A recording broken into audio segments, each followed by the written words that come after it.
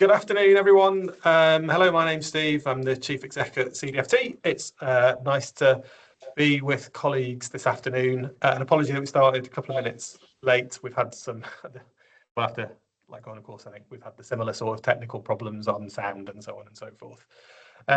We have got some other colleagues who are going to join us to both do a bit of an update and also to help answer some of the questions that colleagues have raised. Their meeting is running over and Lorraine's PC has crashed, so they'll join us shortly. And in the meantime, we'll kind of crack on with what we can. So I'm just going to do a few opening sort of reflections and so on, and then Jill, who's our new, she's on week 2, but that's still new, interim chief nurse, is going to give a few reflections and a bit of an update on some of the regional and national stuff that's happening. And then Rob, who is our interim chief finance officer, is just going to run colleagues through some of the work that's happening on planning.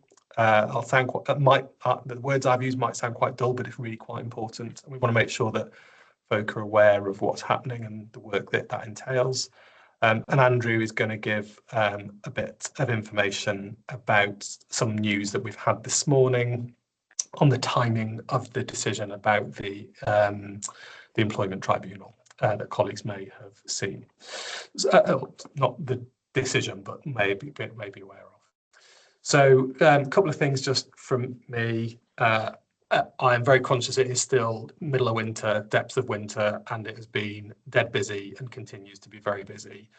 And we've obviously also had the usual trauma spike with some of the snow and ice recently. So a huge thank you to colleagues who've continued to pull out all of the stops. In doing that, I know that we have continued to have some patients in areas that we would much prefer not to. And I'm very appreciative of the extra mile that colleagues go. And I also recognise that sometimes those suboptimal conditions mean that colleagues are dealing with understandable unhappiness from families, but it's clearly not of your making. I appreciate that can be difficult at times. I also just wanted to say thank you for people who've put up with me, basically. So I've managed over the last week or so to get out and about a bit. My head is completely full. So I was really nice to be able to spend a bit of time in pathology at both sites, hear about some of the challenges, some of the opportunities, and also to see some of the particular challenges around the estate. We often talk less about some of the services that make the organisation run, without which we couldn't work at all, and it was helpful to see some of the challenges that they face. No, I've got a long list of stuff, no immediate solutions necessarily, but a big thank you to colleagues there. Similarly, ward managers in medicine at UHND had a really helpful discussion with them the other evening, and I had the privilege to spend the morning or a couple of hours of yesterday morning in ED at Darlington. That probably sounds grander than it was. I hung out in the reception area alongside the receptionist and the streaming nurse, and absolutely loads. And managed to watch lots that was happening in the waiting area. But the thing you'll see this every day, but I was earwigging on all of the discussions that the receptionists, I've forgotten the names, so I'm sorry, I should have remembered, but that they were having with people who were coming into the hospital. And the thing that I just noticed was how kind they were to people. And it was, so, and that is part of our job, of course, but they just went the extra mile, every single person that came to the desk. And so I gave them some feedback to say that, but also it's worth just calling out and recognising, because I'm pretty sure that people that came, one person came, was in the wrong place, needed a bit of help to get somewhere, and one of the colleagues said, "Oh, shall I take you around in a chair?" Because she was going to try and hobble around herself. That's what that woman will remember of our care. And I'm sure she'll have had brilliant clinical care as well, but I'm pretty sure that that's one of the things that she'll remember.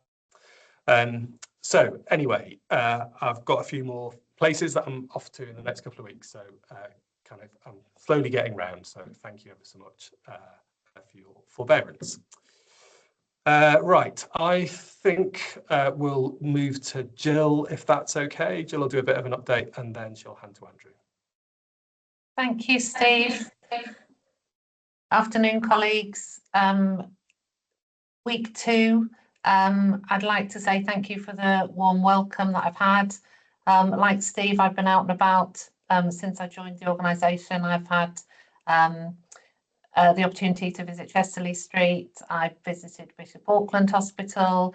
I've been to maternity and the emergency department at UHND, and need to do some focus walk around on the Darlington site. Haven't had an opportunity to do that yet, but we'll be factoring all of that into my diary and look forward to speaking with colleagues. But again, thank you for such a warm welcome. I thought it might be helpful just to touch on a few national professional updates.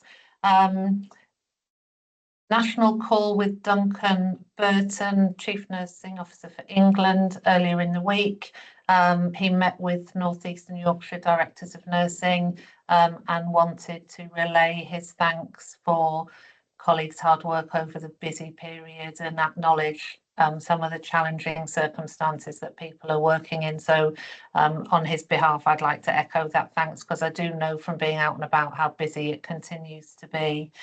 From a professional perspective, I think the next 3 to 6 months are going to be a really exciting time. The new CNO strategy will launch anticipated March. So that is a professional strategy for nurses, midwives, nursing associates, and aligns to the 10-year health plan. There's been an awful lot of engagement on the national strategy with 10 strategic work streams that really will define the professional vision for colleagues moving forward, and touches on areas that align with the 3 shifts. So a big focus on community services, neighbourhoods, a focus on prevention and tackling health inequalities. And for us as an organisation with a range of community services, there's real opportunity for professional colleagues to step in and lead some of that work. Big focus in the strategy will be around digital technology, genomics, research. And one of the bits for me that's really important, that's going to come across loud and clear, is around a modern professional narrative. I think for colleagues to be able to articulate the value of nursing midwifery is really, really important. So we look forward to that strategy coming out hopefully in March. From an AHP perspective, I know the current strategy is still live. And in my previous role, I did speak to Suzanne Rastrick in terms of, is there any plans for a refreshed AHP strategy? And that's still something that's being discussed, but we will keep colleagues posted if we hear anything. I know within the organisation there's been a lot of work on our strategy, and really keen that that aligns to the national direction of travel and make sure that we join up there. In terms of another strategy that we're expecting imminently is the 10-year workforce plan. And I think, again, from a professional perspective, lots and lots of opportunities for advanced practice models for nursing, highlighting the role of the nurse consultant and how that will be strengthened. So real opportunities for colleagues to step up and lead in that space, which is really positive, as well as clearly work around the curriculum and making sure that new graduates are qualifying with the skills required to deliver the ambition of the 10-year plan. And the third strategy that's imminent is a quality strategy, national quality strategy. So I think for us collectively, it's as an organisation making sure we align with those national strategies and deliver them within the organisation. I'm really, really keen that we maintain an outward focus and really try and horizon scan about some opportunities for us. I'm really keen to invite Duncan to visit and meet colleagues in the trust, and we'll make sure we can use our networks to make that happen. So Steve, I think that's probably all from me, if that's okay. Thanks, Jill. Brilliant, really helpful. We'll move to Andrew, who's just going to do the next slot, and then hopefully we'll have Yeah, thank you. Thanks, Steve. Good afternoon, everyone. Andrew Thacker, Director of Workforce and OD. I'm using a slightly different camera setup today, so if it looks like something's looking down on me, it's because it's a slightly different setup, so apologies for that. Just want to remind colleagues that they can post questions in the Q&A chat box rather than just the normal chat box. That will give you the facility to post anonymously if you wish. There's nothing in there yet, so we'll keep our eye on that as we run through some of the questions, which I'll come to in a minute. I just wanted to give colleagues a bit of a heads up on an important piece of information that has been relayed to us earlier today about an employment tribunal that the Trust was a part of at the back end of last year, so in October last year. We are expecting the judgment from that tribunal to be published tomorrow. So we haven't had sight of any of the outcome. We don't know what it's going to tell us. We'll get it at the same time as the tribunal publish it. But I really just wanted to alert people to that because we are expecting some social media activity and no doubt press inquiries and other media coverage on the back of it. So it was just really to give people the heads up that is expected to be announced at some point tomorrow.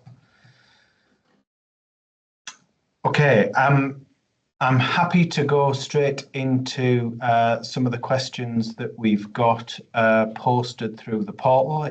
Andrew? Yeah, sure. Sorry. Could we just do a quick update from Rob on? Oh, beg your pardon. Yes, sorry. Yeah. Sorry, Rob. That's okay. Sorry, I was running late as I was in a very, very important financial recovery group meeting for reasons I'll explain in a minute. So I've just been asked to give an update on planning. Just to say thank you first and foremost to everyone who is contributing to the masses of effort that is going in to get our planning submissions done. So for those of you who don't know, we have to submit to NHS England every year what our plans are going to be for the next year and beyond. We have some very short timescales to do that.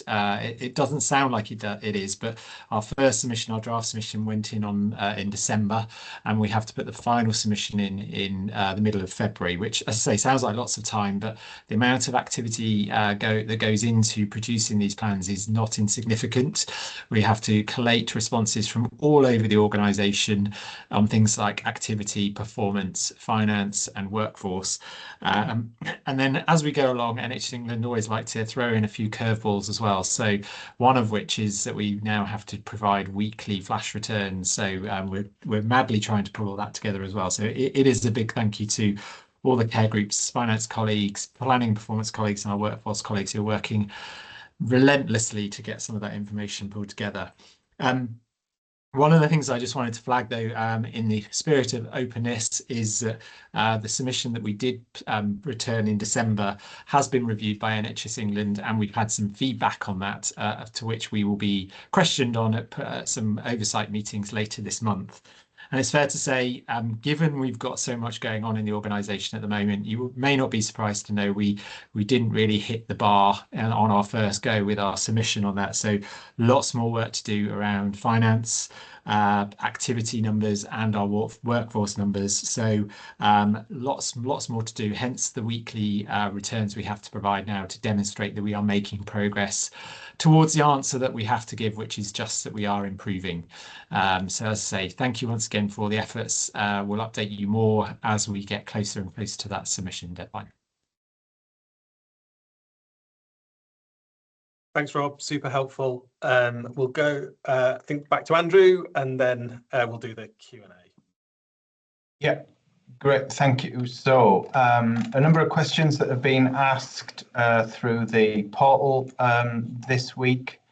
The first of which relates to admin input. I think this is a plea from our admin colleagues to be involved when decisions are being made in the workplace. They play a really important role in keeping the wheels turning in lots of our services, and I think it's a fair challenge that when things are being changed either from a service or a process perspective, that we just keep people in the loop so that everybody understands what's happening and when it's happening. The one in particular that has been raised, I think, was in relation to medication switches, but it could equally apply elsewhere across the organisation. So thank you for whoever posted that, a timely reminder just to make sure that we keep all of our teams briefed when changes are being made across our workplaces. The second one relates to a heating failure at the greenhouse. Just trying to work out who was picking this one up. I don't know whether it's Steve. I'll have a go. Alison's not here, so I'm happy to. Yeah, I'll have a go at this. Thank you. So the question was about some understandable frustration that the heating failed at the greenhouse site and was off for a few days, which obviously impacted on colleagues. And I think a number of colleagues felt it wasn't that it took longer to get fixed than would have been ideal. And I think some colleagues felt there was we didn't communicate what was happening as well as we might have done. I think so. The greenhouse isn't owned by us. That doesn't take away the point that people have made, but we rely on the landlord's maintenance arrangements. So I think it took like 4 or 5 days to sort out completely. Some bits were fixed as we went along.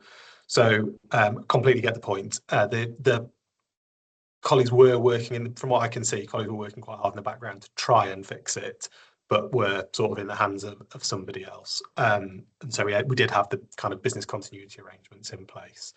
So I'm sorry that the communication didn't feel as consistent as it could have been. There were some updates given, but we can always kind of learn and do better. And then the second part of the question was, it is, I believe, fixed now. And the second part of the question was about exiting the greenhouse. So the lease comes to an end in the not too distant future, and colleagues are in the process of agreeing with teams their new locations. So I think that's the answer to that one, Andrew. Great, thank you, Steve.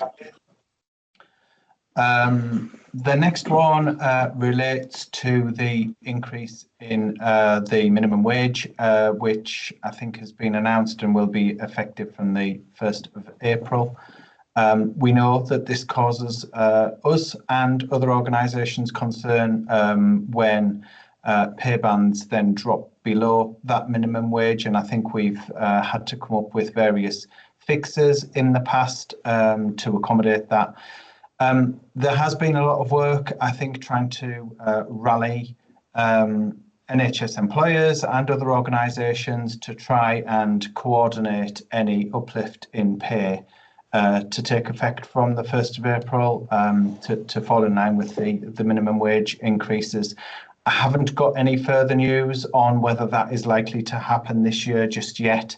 But please be assured that if the increases in the minimum wage do come about before any pay award is announced for Agenda for Change colleagues, that we will make the necessary adjustments. And I appreciate that that can be a bit of a pain. But sadly, I think that will be our only option that will be available to us. But we'll get some comms out as soon as we hear any more on that. The next one for me is around on-call accommodation. So I think colleagues will likely be aware that there's been a change in some accommodation arrangements at UHND specifically on the back of a survey that was carried out in relation to fire safety. Fair to say that SCL, our partners, are working with the Trust to review all options available to support the on-call requirements. And we will be working closely with care groups to make sure that on-call arrangements are accommodated as best they can be. I think it's also important to note that we will send out a briefing that just gives a little bit more clarity around what should and shouldn't happen as far as on-call arrangements are concerned, because I think there are differences in what is or what should be made available for different staff groups, depending on contracts and T's and C's and what have you. So we will get some briefings out to colleagues in care groups to help some of those conversations moving forward. We've got another one relating to Alison, who isn't around. This is in relation to the value and the cost of food at Bishop Auckland. I guess it's I'll try and take this, and please, colleagues, jump in if you can or if you need to. Excuse me, but this is another service that is currently provided by a third party under our PFI arrangements, and this is something that Alison and her team will pick up. I think they're already trying to work hard with ISS to improve the catering offer at Bishop Auckland. So we are expecting to see some changes later in the year. And now I'm going to start coughing, so please bear with me a second. While Andrew has a cough, shall we take? I'll just give him a break. Jill, would you be able to pick up the questions on uniform, and you might want to just sweep up a couple of others about the points on advanced practice and staffing ratios that are in the chat box? Yeah, thanks, Steve.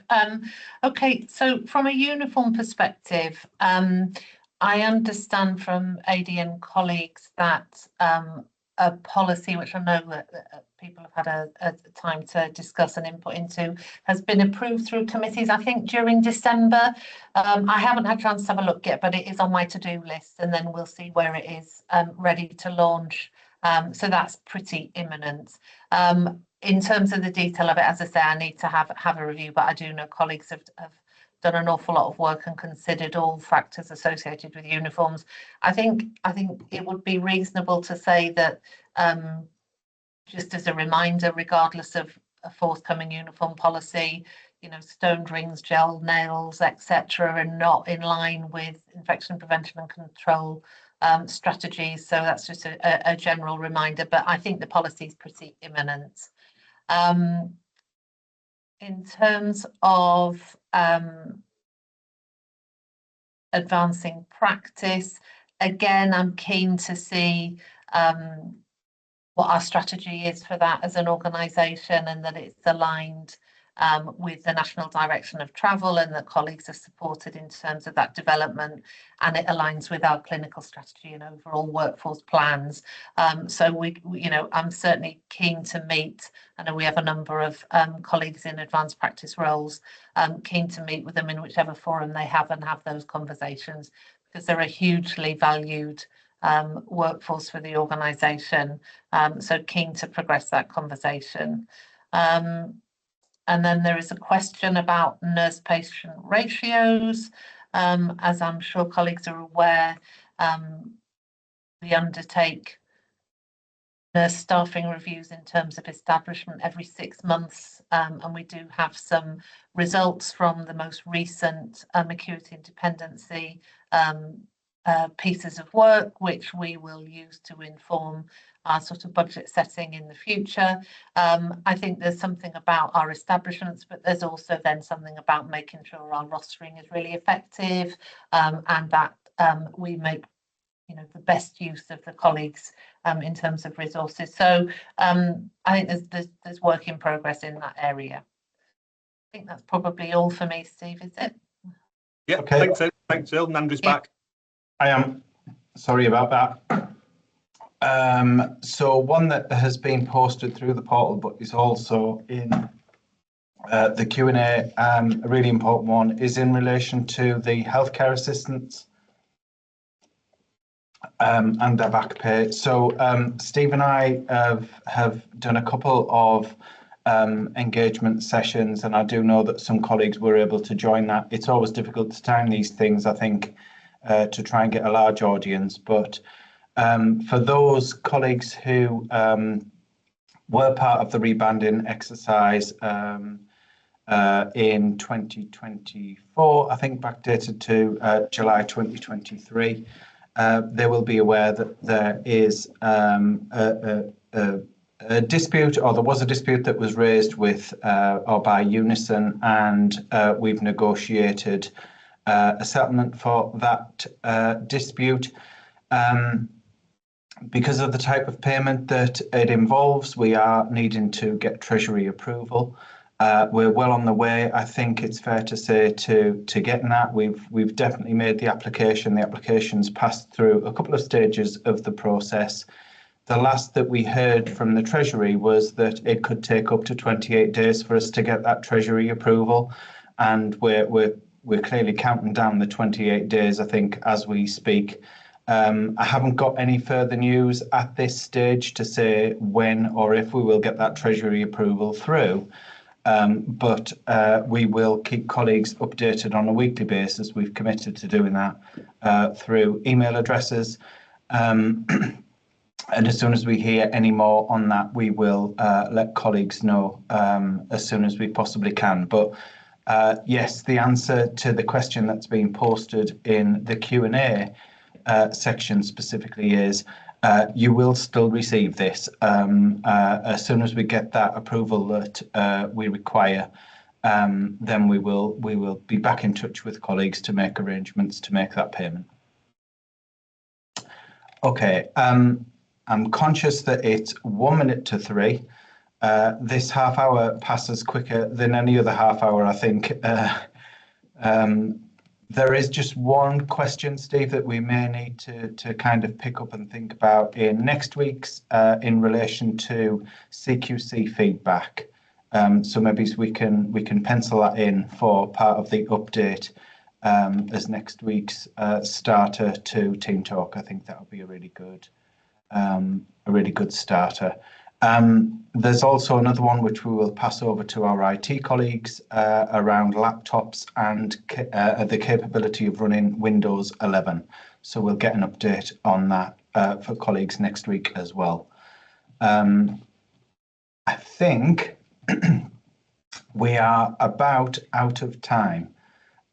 So thank you to everybody, as per usual, who have submitted the questions. The ones that we haven't managed to get to today, we will get responses across to you as soon as we can, and we look forward to catching up with you all again next week. Thank you very much.